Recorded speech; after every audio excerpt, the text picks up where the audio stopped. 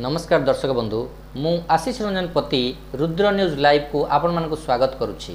आसंतु सुनिबा आजिर खबर।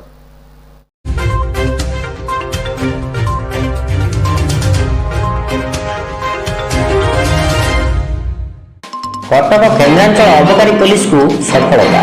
कटक केन्द्रांचल अबकारी पुलिस को गुइंदा विभाग पक्षरु सूचना अनुसार भद्रक गुआमाल ठारे ब्राउन सुगर बेपार हेउथिबा सूचना मिलिथिला।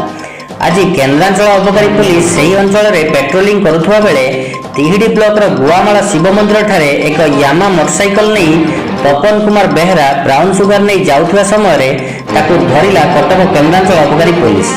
ता निकटरू 175 ग्राम ब्राउन सुगर को जबत करने सह गोटे मोटरसाइकल जबत करिछि एवं तपन कुमार बेहरा को गिरफ्त करी कोर्ट चालान करिछि केन्द्रांचल अबकारी पुलिस। एही ब्राउन सुगर आनुमानिक मूल्य 17 लाख टंका हेबो बोली केन्द्रांचल अबकारी विभाग पक्षरु सूचना दिया जाइछि। भद्रकरू विष्णुप्रिया दास रिपोर्ट रुद्र न्यूज लाइव।